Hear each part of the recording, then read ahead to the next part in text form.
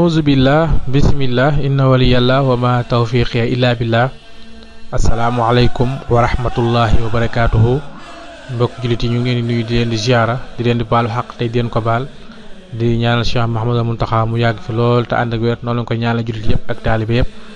di ziare bu baax a baax mboolem waa chaîne YouTube Kenal Ahmadou TV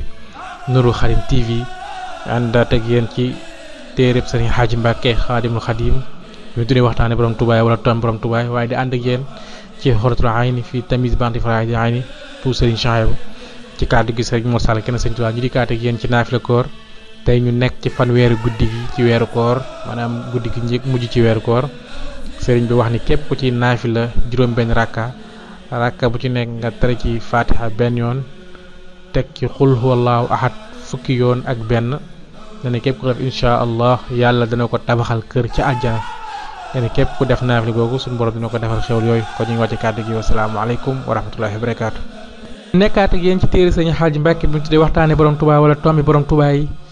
Sëriñ Touba Sëriñ Xaaji nee ne Sëriñ Touba xaadalahu llahu maxtaar lahu mas naa dégg am tëgg ca wetu Sàmbe ja njaareem